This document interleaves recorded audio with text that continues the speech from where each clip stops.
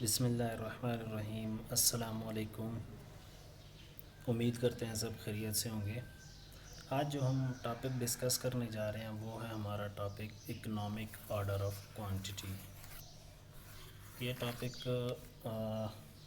हमारे graduate level पर यानी बीकॉम बीबीए और अभी जो हमारा एक टेस्ट हो रहा है एफपीएससी का, सीनियर ऑडिटर का टेस्ट हो रहा है एफपीएससी का, और उसके इंटरव्यू के पॉइंट ऑफ व्यू से इसको हम डिस्कस करेंगे।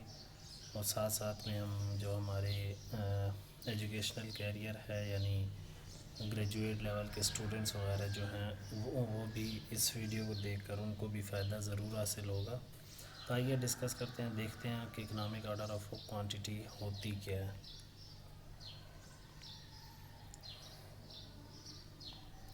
इकोनॉमिक ऑर्डर क्वांटिटी बेसिकली दो चीज़ों पर मुश्तमिल होती है। एक उसमें होता है ऑर्डरिंग कॉस्ट और एक होल्डिंग कॉस्ट। वैसे इकोनॉमिक ऑर्डर ऑफ क्वांटिटी होती है, पहले हमने ये देखना है। इकोनॉमिक ऑर्डर ऑफ क्वांटिटी की डेफिनेशन है कि यानी ये एक री ऑर्डर ऑफ क्वांटिटी होती है। जब भी हमें किसी कंपनी में मैन्युफैक्चरिंग डिपार्टमेंट में या कोई भी ऐसी कंपनी हो जिसमें इन्वेंट्री परचेज़ करने की हमें ज़रूरत पड़ती है, और ये टॉपिक जो है ये हमारा इन्वेंट्री के यानी मटेरियल के हवाले से है।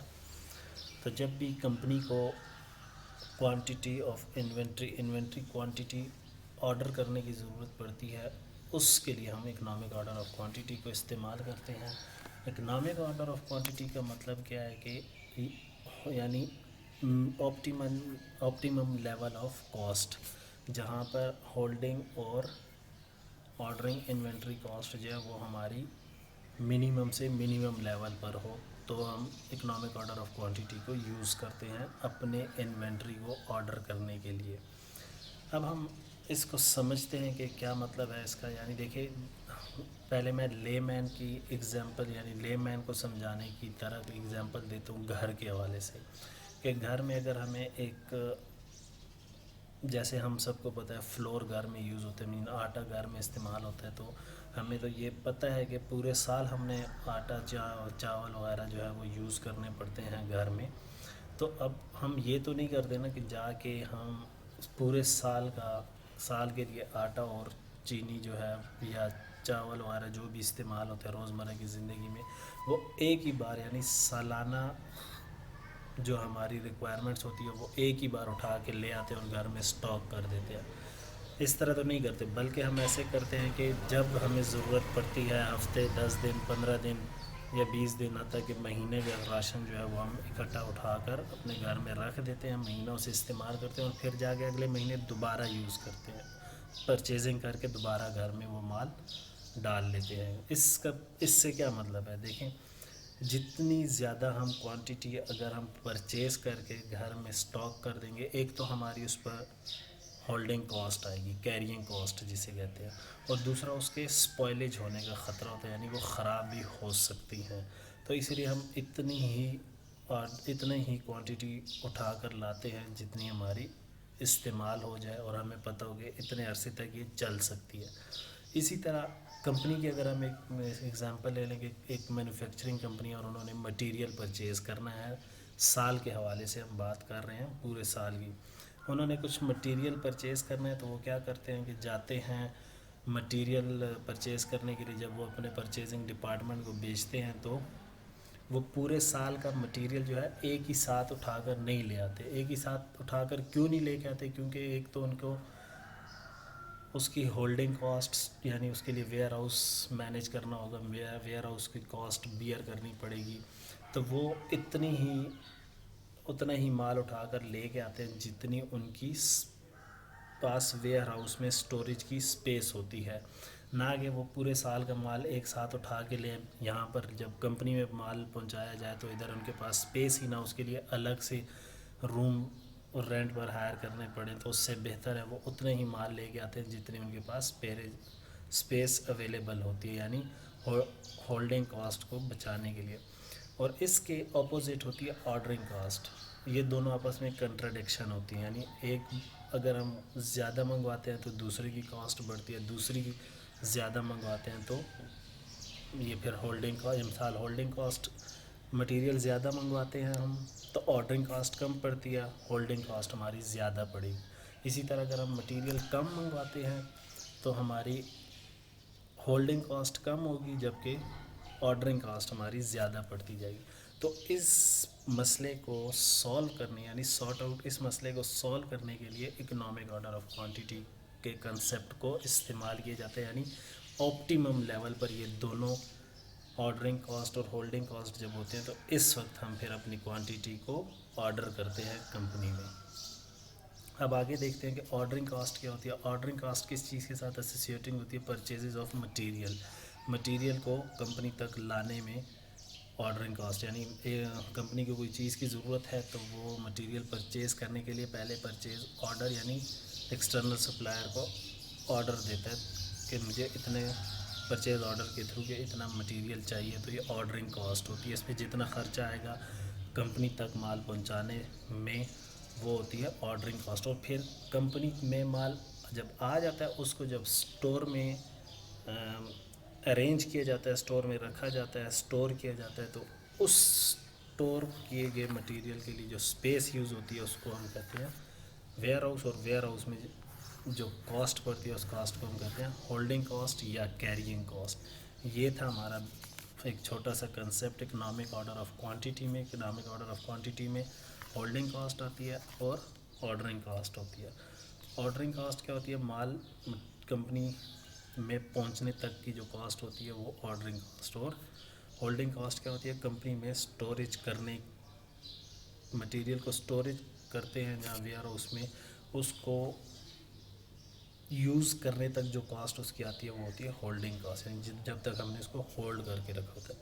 और इकोनॉमिक ऑर्डर ऑफ क्वांटिटी क्या होता है कि हमने मिनिमाइज़ करनी होती है, टोटल कॉस्ट को मिनिमाइज़ करना होता है, यानी ऑर्डरिंग और होल्डिंग कॉस्ट को ऑप्टिमल लेवल पर जब होती हैं दोनों तो फिर हम मटेरियल को ऑर्डर करते हैं। इसको मैं डायग्राम के साथ भी समझाने की कोशिश करता हूँ और आपको फिर एक एग्जांपल के साथ भी इसको समझाने की कोशिश करते हैं।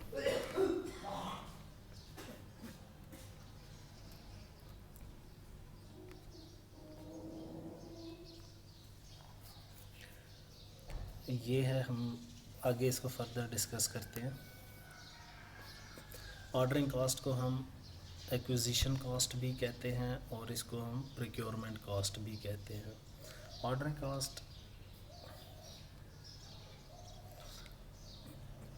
कॉस्ट को एक्विजिशन कॉस्ट भी कहते हैं, प्रोक्योरमेंट कॉस्ट भी कहते हैं। Cost of ordering expense, cost of ordering less, यानी जब कॉस्ट ऑफ ऑर्डर ज़्यादा होगा हमारा, कॉस्ट ऑफ ऑर्डर जब हम ज़्यादा करेंगे तो इससे क्या मतलब होगा कि हमने ऑर्डर जब यानी मटेरियल वाइज ये बात करेंगे, मटेरियल ज़्यादा मंगवाएंगे तो हमारी होल्डिंग कॉस्ट इंक्रीज़ होगी जबकि कैरिंग कॉस्ट डिक्रीज़ होगी। और जब हम इसको कम मंगवाएंगे तो ये वाइस वर्सा इफेक्ट हो जाएगा इसका। और ऑर्डरिंग कॉस्ट को कैसे फाइंड आउट करते हैं? ऑर्डरिंग कॉस्ट का फार्मूला होता है CO। CO डिनोट करता है ऑर्डरिंग कॉस्ट को, ये CO हमारा डिनोट करता है ऑर्डरिंग कॉस्ट को।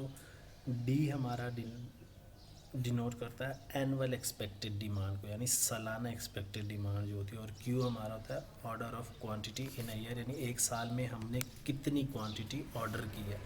कैरिंग कॉस्ट में कैपिटल कॉस्ट और स्टोरेज कॉस्ट, ये चीज़ें जो हैं इन्वॉल्व होती हैं।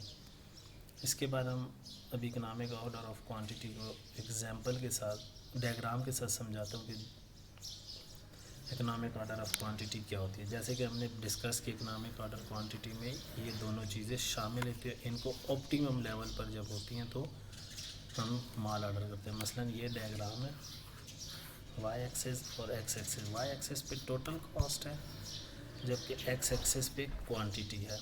हमने क्या जिक्र किया कि अगर हम ऑर्डर कम करते हैं यानी टोटल कॉस्ट और एक्स एक्सिस पे क्वांटिटी है हमारी, अगर हम माल जो है वो एक क्वांटिटी, यानी अगर हमें यहाँ पर हो गया 100 क्वांटिटी हमें रिक्वायर्ड है, इधर हमें 50 है, इधर हमें 25 है, ऐसे। तो अगर हम 100 100 माल का क्वांटिटीज़ का ऑर्डर एक ही बार देते हैं तो हमारी ऑर्डरिंग कॉस्ट इंक्रीज़ होगी। जब 50 पे देते हैं तो ऑर्डरिंग कॉस्ट हमारी कम हो जाएगी, और जब 10 पे देते हैं तो ऑर्डरिंग कॉस्ट हमारी नहीं, जब 100 पे देते हैं तो ऑर्डरिंग कॉस्ट हमारी कम होगी। इधर हो जाएगा हमारा, ये उल्टा हो गया, यहाँ पर हो जाएगा 25, 50 और इधर 100। तो जितना ज़्यादा हम ऑर्डर देंगे उतनी ज़्यादा हमारी कॉस्ट, ऑर्डरिंग कॉस्ट जो है वो कम होती जाएगी। तो ये शेप ऑर्डरिंग कॉस्ट की बनेगी डाउनवर्ड। और होल्डिंग कॉस्ट क्या है, जितनी ज़्यादा हम मटेरियल एक साथ मंगवाएंगे उतनी ज़्यादा हमें कॉस्ट बियर करनी पड़ेगी। तो ये हमारी, यानी ये हमारी ऑर्डरिंग कॉस्ट है, ये हमारी होल्डिंग कॉस्ट हो जाएगी। होल्डिंग कॉस्ट क्या मतलब कि अगर हम 100 क्वांटिटी एक ही बार में मंगवाते हैं तो होल्डिंग कॉस्ट हमारी ज़्यादा होगी, और अगर 100 क्वांटिटी हम 3-4 बार में मंगवाते हैं तो हमारी होल्डिंग कॉस्ट जो है, ऑर्डरिंग कॉस्ट जो है वो डिक्लाइन करती जाएगी। तो इसका क्या मतलब है कि हम इतनी क्वांटिटी मंगवाएं, यानी ये जिधर दोनों मैच हो रहे हैं तो इस लेवल पर आकर हमने अपनी क्वांटिटी को ऑर्डर दे देना होता है। तो ये चीज़ जो है ना, ये पॉइंट जो है, ये हमारा इकोनॉमिक ऑर्डर ऑफ क्वांटिटी कहलाती है। उम्मीद करते हैं आपको इकोनॉमिक ऑर्डर ऑफ क्वांटिटी के बारे में कंसेप्ट समझ आ गया होगा। अब मैं समझाता हूँ इसको एक एग्जांपल के साथ। इकोनॉमिक ऑर्डर ऑफ क्वांटिटी का फार्मूला क्या आता है, क्यू से इसको डिनोट करते हैं, जबकि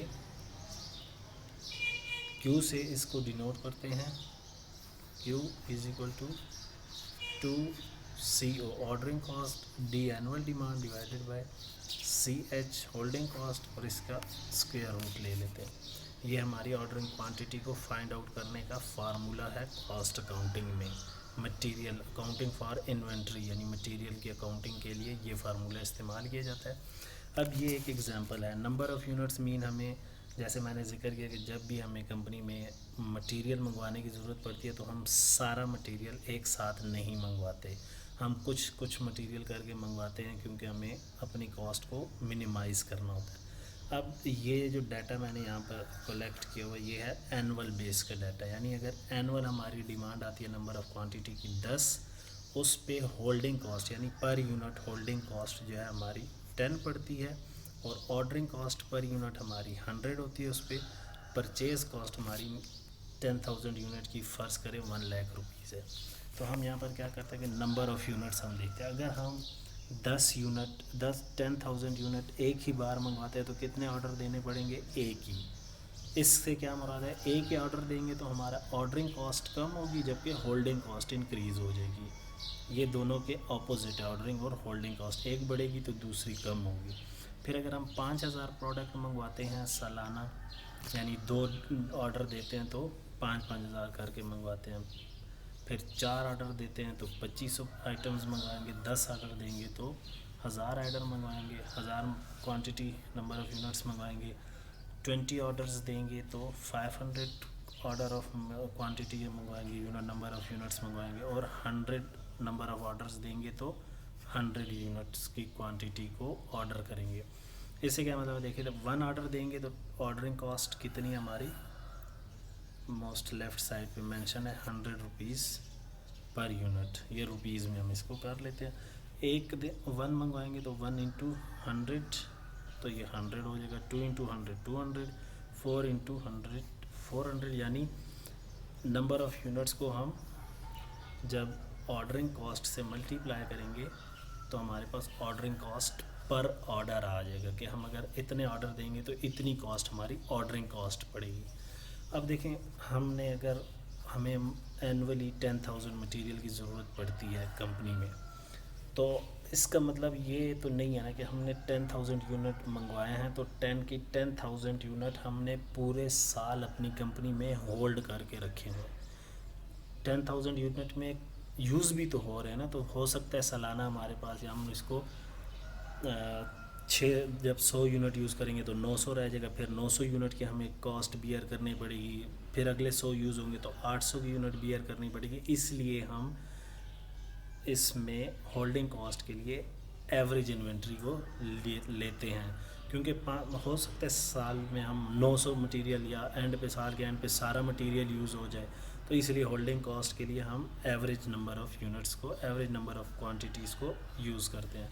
तो एवरेज क्या 10,000 ईयरली था, एवरेज ईयरली क्या हो जाएगा 10,000 का Q डिवाइडेड बाई 2 हो जाएगा, तो वो क्या हो जाएगा 5,000 जब था तो 2500, यानी ये चीज़ जो है इस पर 2 से डिवाइड हो जाएगी, तो हमारे पास ये कॉलम बन जाएगा average number of quantity. Average number of quantity को फिर हम होल्डिंग कॉस्ट से मल्टीप्लाई करते हैं, जैसे मैंने होल्डिंग कॉस्ट का फार्मूला पीछे डिनोट किया हुआ है, तो अगर आपने देखना है तो एक वीडियो स्टेप पीछे जाएं, वीडियो को 3 से 4 मिनट पीछे बैक पे ले जाएं, तो वहाँ पर ऑर्डरिंग कॉस्ट का फार्मूला मेंशन है, होल्डिंग कॉस्ट का भी मेंशन है। तो होल्डिंग कॉस्ट में हमने इस एवरेज क्वांटिटी मल्टीप्लाई बाय ये जो लेफ़्ट साइड पे, राइट साइड पे होल्डिंग कॉस्ट 10 दी हुई है, इससे इसको फिर मल्टीप्लाई करना होता है। 5000 एवरेज क्वांटिटी है, 5000 को 10 से मल्टीप्लाई करेंगे तो फिर हमारे पास 50,000 होल्डिंग कॉस्ट आ जाएगी। इसी तरह 2500 को हम 10 से मल्टीप्लाई करेंगे तो हमारे पास होल्डिंग कॉस्ट आ जाएगी। 1200 को हम जब 10 से मल्टीप्लाई करेंगे तो 12,000 होल्डिंग कॉस्ट आएगी, एंड सो ऑन, इसी तरह आते जाएंगे। फिर हमने क्या करना है कि टोटल परचेज कॉस्ट, यानी जो 10,000 की टोटल परचेज कॉस्ट है वो प्लस, यानी total purchase cost plus holding cost और प्लस ऑर्डरिंग कॉस्ट, इसको ऐड करना है। जैसे ये भी हो गया, देखिए ये टोटल परचेज कॉस्ट कितनी है हमारे पास 100,000, होल्डिंग कॉस्ट हमारे पास कितनी थी 50,000 हमारे पास होल्डिंग कॉस्ट थी, और 100 रुपीज़ हमारे पास ऑर्डरिंग कॉस्ट थी। Ordering cost 100 plus holding cost 50,000, यानी 50,100 एंड 1,50,100 फर्स्ट हमारी कॉस्ट बनती है। अब इस कॉस्ट की बेस पे देखिए, जिधर हमारी कॉस्ट इन सारों में से सबसे कम होगी तो उस पॉइंट पर हम अपने मटेरियल्स को जो है वो ऑर्डर करेंगे, और उस पॉइंट को हम कहेंगे इकोनॉमिक ऑर्डर ऑफ क्वांटिटी। तो हमारा कहाँ पर कॉस्ट सबसे कम आ रही है 1,04,000, यानी 500 नंबर ऑफ़ यूनिट्स, 20 ऑर्डर्स जब हम देंगे तो हमारी होल्डिंग कॉस्ट और ऑर्डरिंग कॉस्ट जो है वो ऑप्टिमम लेवल पर आई होगी। तो ये था हमारा इकोनॉमिक ऑर्डर ऑफ क्वांटिटी का कंसेप्ट। उम्मीद करते हैं आपको समझ आई होगी। अब हम देखते हैं अपने नॉलेज को, यानी टेस्ट योर अंडरस्टैंडिंग MCQs को एक बार समझते हैं। ये इकोनॉमिक ऑर्डर ऑफ क्वांटिटी का फार्मूला है जो मैं डिस्कस कर चुका हूँ। Q से इसको डिनोट करते हैं 2 कॉड, यानी ordering cost demand annually, holding cost into 1/2 का मतलब है इसका स्क्वायर रूट ले लेंगे। स्क्वायर रूट लेंगे तो हमारे पास इकोनॉमिक ऑर्डर ऑफ क्वांटिटी आ जाएगा। उसके बाद टेस्ट योर अंडरस्टैंडिंग की तरफ चलते हैं। टेस्ट ऑफ योर अंडरस्टैंडिंग में क्या पूछ रहे हैं कि कंपनी यूजेज अ कंपोनेंट्स, ये ऑर्डरिंग कॉस्ट और होल्डिंग कॉस्ट को फाइंड आउट करना है। आइए देखते हैं, नीचे मैंने फाइंड आउट किया हुआ है। क्वेश्चन में क्या कह रहा है कि 6,000 यूनिट पर ईयर है which are brought in at cost of 1.2 each from the supplier. तो ये हमारी ऑर्डरिंग कॉस्ट हो जाएगी, ठीक है। From the supplier the companies order 1,000 unit each time it places an order. वो जब भी ऑर्डर देते हैं तो 1,000 यूनिट जो है प्लेस करते हैं। तो इसका क्या मतलब 6,000 टोटल यूनिट्स है, पर ईयर में 1,000 ऑर्डर देते हैं, तो 6 ऑर्डर ये देते हैं, और 6 ऑर्डर की पर ऑर्डर कॉस्ट कितनी है ईच यूनिट के हिसाब से, वो है 1.20।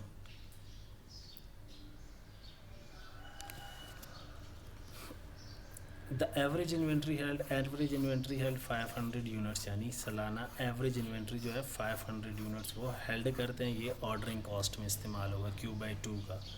इफ़ इट कॉस्ट, इसकी कॉस्ट 20 है। Each time to place order, each time to place order की कॉस्ट है 20, regardless of the quantity order. What will be the beginning and ordering cost, what will be the holding and ordering cost. अब देखें holding cost का formula क्या था कि quantity, average quantity, उसको 2 पर डिवाइड किया, multiply holding cost. Average quantity इन्होंने क्या दी हुई है 500, होल्डिंग कॉस्ट इन्होंने क्या दिया 1.20, ये देखें, विच a company gives a components at rate of 6000 unit per year which are brought in at cost of 1.20 each from supplier, और ordering cost it cost ₹20 time place N order, तो 20 place N order पर 20 और holding cost per 1.20, तो ये holding cost है multiply 20% है, तो answer हमारा ऑर्डरिंग कॉस्ट का क्या आ जाएगा 120।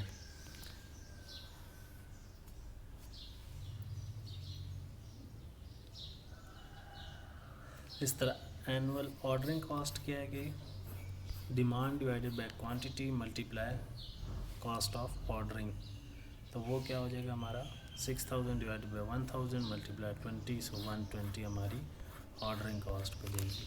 तो ये था हमारा आज का topic, ordering cost, economic order of quantity और होल्डिंग कॉस्ट का कंसेप्ट। उम्मीद करते हैं आपको समझ आई होगी। और अब हम अपने सीनियर ऑडिटर के टेस्ट की प्रिपरेशन के लिए इस टॉपिक की MCQs के साथ नेक्स्ट वीडियो में आएंगे। तब तक के लिए आपसे इजाज़त चाहते हैं। अपना बहुत सारा ख्याल रखिएगा। अल्लाह हाफिज़। यह हमारा यूट्यूब पर चैनल है MHN नॉलेज के नाम से, काइंडली इसको सब्सक्राइब कीजिएगा और बेल के आइकन को प्रेस कीजिएगा ताकि कोई भी लेटेस्ट वीडियो इन्फॉर्मेशन हम इस पर डाल दें तो आप तक इन्फॉर्मेशन जो है वो मौसूल होती रहे।